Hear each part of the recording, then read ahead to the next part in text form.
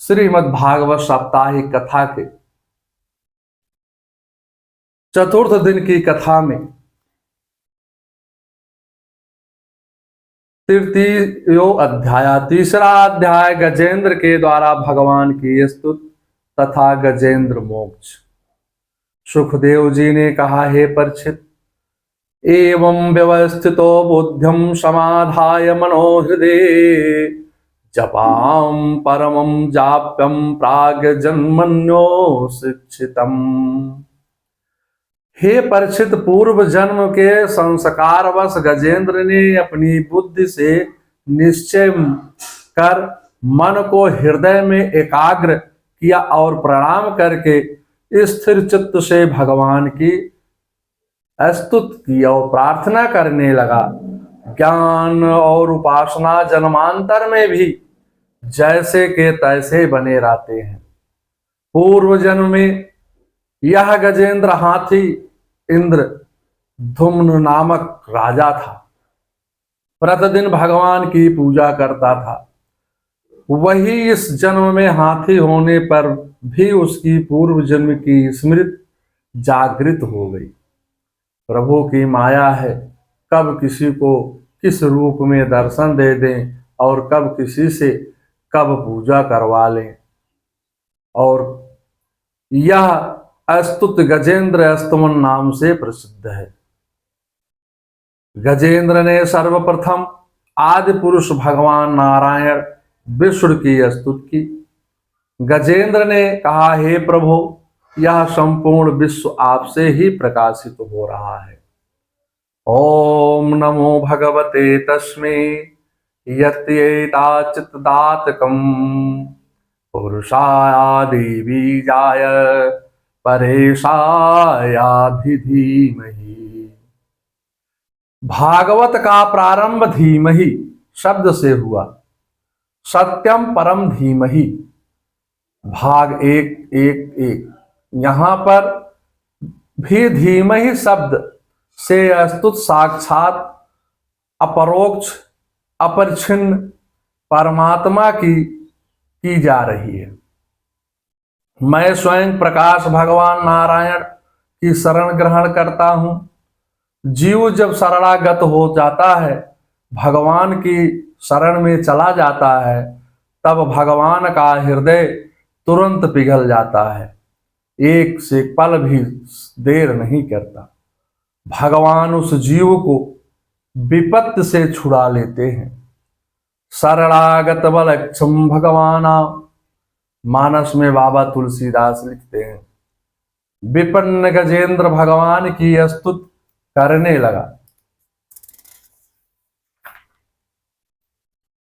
नमो नमस्ते अखिलस्य कारणम निष्कारणाय दुतिकारणाय स्वर्गागमनाय मानाय हरणावाय नमो अपवर्गाय पराणाय। हे प्रभु, आप सबके मूल कारण हैं। आपको का कोई कारण नहीं है। आप विकार रहित हैं, इसलिए आप अनोखे कारण हैं। जिसमें कोई विकार ना हो तो अनोखा होगा ही। मैं आपको बारंबार नमस्कार करता हूं। जो व्यक्ति आपका कामना से पूजन करते हैं, उनको भी आप अभिष्ट पदार्थ प्रदान करते हैं। यहां तक कि उनको आप अपना पार्षद बना लेते हैं। विशेष भाव। गजेंद्र जब विकल एवं आतुर होकर के भगवान की स्तुति कर रहा था, तब किसी ने गजेंद्र से पूछा, हे गजेंद्र, तुम इतने विस्तार से भगवान की स्तुति क्यों कर रहे हो? क्या अब भी तुम्हारे मन में भोगों को प्राप्त करने के लिए कोई इच्छा शेष है और अधिक जीवन जीने की इच्छा कर रहे हो? गजेंद्र ने कहा, नहीं, जी विषेनाहमिहायुवा किमंथ प्राहि सुतवे भयोन्या इच्छामि कालेन नायस्य विपल्वस्त्यस्यम् आत्मलोकम वर्णस्य मोक्षम। मैं जीना नहीं चाहता हूं। गजेंद्र ने कहा कि हे प्रभु, मैं जीना नहीं चाहता हूं। ये हाथी की योनि बाहर है, भीतर सब ओर से अज्ञान आवरण से ढकी हुई है। इसको रखकर करना ही क्या है।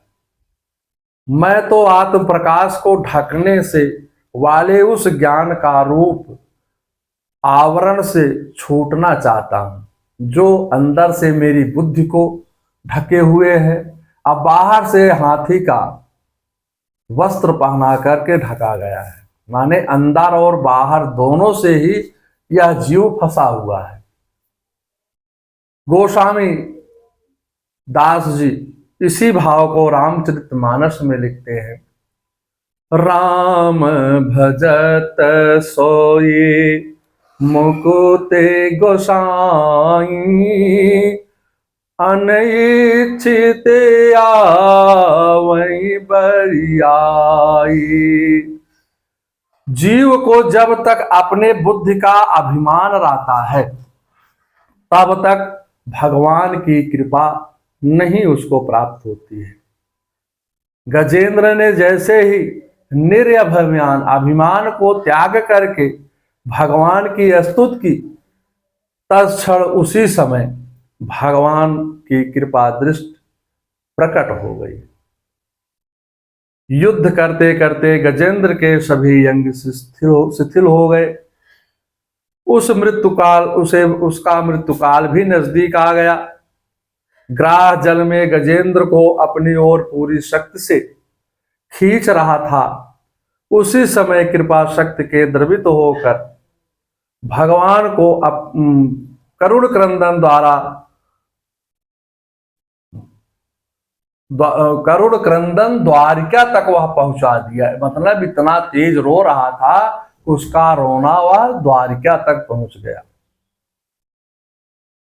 अब तो भगवान ने देखा कि पूरी तरह से यह अपने साथियों, स्त्री पुत्र आदि इष्ट मित्र जो भी थे, सबसे निराश होकर के मेरी तरफ ही समर्पित हो गया है। तब भगवान ने सोचा कब तो इसकी रक्षा करनी ही पड़ेगी। तत्क्षणम उसी समय भगवान गरुड़ छोड़कर द्वारिका से दौड़कर उस पर स्थल पर आए, जहां गजेंद्र और ग्राह का युद्ध हो रहा था।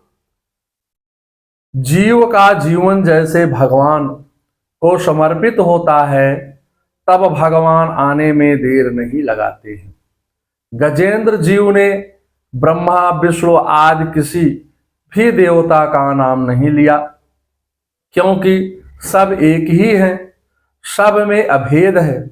इस भाव का संकेत इस श्लोक से प्राप्त होता है। एवं गजेन्द्रम उपवर्णितम तान विशेषम ब्रह्मादयो विविधिलिंगाभिधीयभिमाना।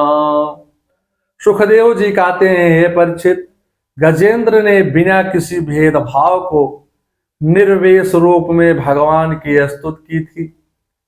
इसलिए भिन्न भिन्न नाम और रूप को अपना स्वरूप मानने वाले ब्रह्मा आदि देवता उसकी रक्षा करने के लिए नहीं आए। उसने सर्वात्मा होने के कारण सर्वदेव स्वरूप स्वयं भगवान श्री हरि प्रकट हो गए। छांदोमयेन गरुड़ेन सम्मानम चक्रयुधो अभ्यम गमदाशुयतो गजेन्द्र। भगवान गजेंद्र की स्तुति सुनकर वेदमय गरुड़ पर सवार होकर के सुदर्शन चक्र लेकर बड़ी शीघ्रता से वहां पहुंचे। तब गजेंद्र को होश आ गया। बलवान गजेंद्र अत्यंत दुर्बल निसहाय हो गया। गजेंद्र ने एक कमल पुष्प श्री हरि के चरणों में अर्पित कर दिया कि हे प्रभु, अब हमारे पास कुछ नहीं है, बस सिर्फ एक ही पुष्प है। तो इसका आशय है कि वह पुष्प अपने हृदय से भगवान के श्री चरणों में निस्वार्थ भाव से प्रस्तुत किया। कमल भगवान की नाभ से उत्पन्न हुआ है। उदिक्षुम शाम्बुजकरम गिरिमा कृच्छ नारायणम अखिलम गुरो भगवन् नमस्ते। इत सुमना सात्विक मन अर्पित किया, अपना जो सात्विक मन है उसको अर्पित किया।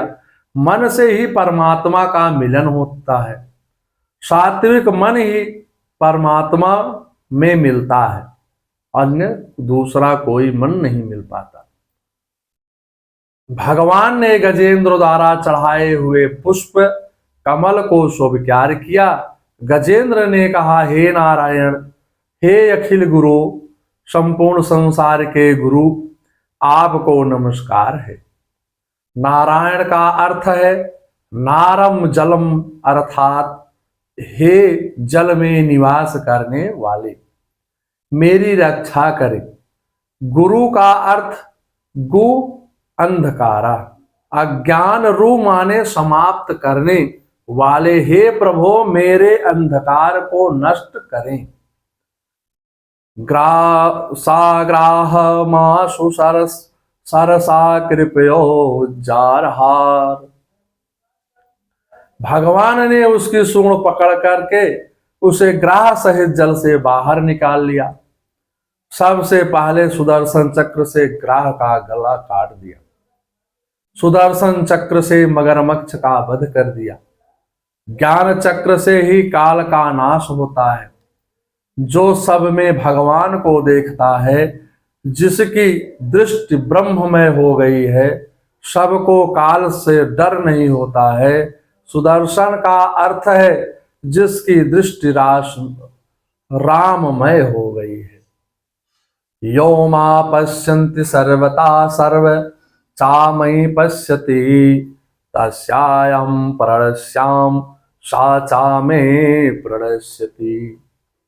गीता के 6वें श्लोक अध्याय का 30वां श्लोक है।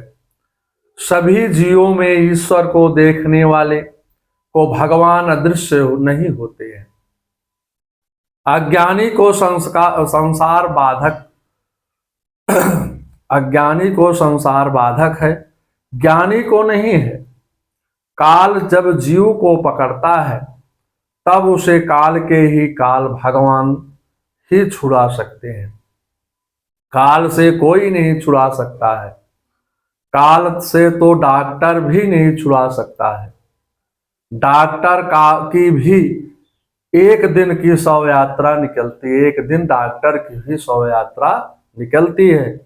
भगवान ने रुक्मणी के दीनता भरे संदेश को, गजेंद्र के सुमन को, शबरी माता के फल को प्रेम से स्वीकार किया था। तात्विक विवेचन क्या है? भगवान जब गज और ग्राह के पास गए तब भगवान ने अपने वाहन गरुड़ जी से पूछा, हे गरुड़, बताओ पहले मैं किसका उद्धार करूं? क्योंकि गज तो मेरा भक्त है और स्तुति भी कर रहा है, और मेरा नियम है कि मेरे प्रिय भक्त का जो पैर पकड़ता है उसका उद्धार मैं पहले करता हूं। क्योंकि गजराज का पैर कौन पकड़ा? मगरमच्छ ने पकड़ा। भक्त कौन है? गजराज। स्तुत कौन कर रहा है? गजराज। अब किसकी स्तुत कर रहा है? भगवान की। तो अगर प्रभु भक्त अपने भक्त के पैर को, अगर उनके पैर, भक्त के पैर को दूसरा कोई पकड़ता है तो पहले उद्धार उसका करते हैं, तो फिर जो है उसका करते हैं जो भगवान को भजता है। यही प्रभु जी कह रहे हैं कि मोरे मन प्रभु। बाबा तुलसीदास जी श्री रामचरितमानस में लिखते हैं, मोरे मन प्रभु अस विश्वासा, राम ते अधिक राम कर दासा। भगवान ने ऐसा ही किया। जब श्री हरि की कृपा होती है तब उनका प्रवेश हृदय से होने लगता है। तभी तो काम क्रोध मोह आदि रूपी ग्राह नष्ट होकर के जीव को भी परम कल्याणकारी बना देते हैं या हो जाते हैं। यह ग्राह रूपी मगरमच्छ विकार हमारे शरीर के अंदर ही है। यही आसुरी सेना है। क्या है? आसुरी सेना है। दूसरी ओर दैवी संपत्ति के रूप में उदारता, करुणा, विवेक आदि दैवी गुण भी हमारे भीतर ही है। दोनों प्रवृत्तियों को का युद्ध हो रहा है। गीता में भगवान श्री कृष्ण यही कहते हैं, दैवी संपास्य मोक्षाय निबंध्यासुरी मता मां शुचम संपदम दैवी अभिजातो पांडवा। गीता के 16वें अध्याय का 5वां श्लोक। इसी भाव से एक यह उत्सव प्राणम असुम देहा स्वादिवासना स्वारमते इति असुरा तथा सुष्ट आत्मा निरमते इति सुरा। ये दोनों प्रवृत्तियां सुबुद्धि और कुबुद्धि के रूप में ही अंदर रहती है। देवासुर संग्राम में श्री हरि शरण ग्रहण करने वाले देवताओं की विजय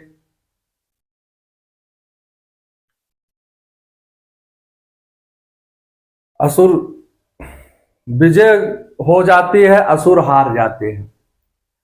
असुर हारने पर भी अपना बल बढ़ाते रहते हैं। असुरों को अपनी शक्ति, शौर्य और पराक्रम पर विश्वास है। यही शुक्राचार्य के संकेत से ज्ञात होता है। दैवी संपत्ति वाले देवता अमृत पान करने पर भी हार जाते हैं, तब वह परम दयालु भगवान की शरण को ग्रहण करते हैं। श्रीमद् भागवत साप्ताहिक कथा के 8वें स्कंद का 30वां अध्याय समाप्त होता है।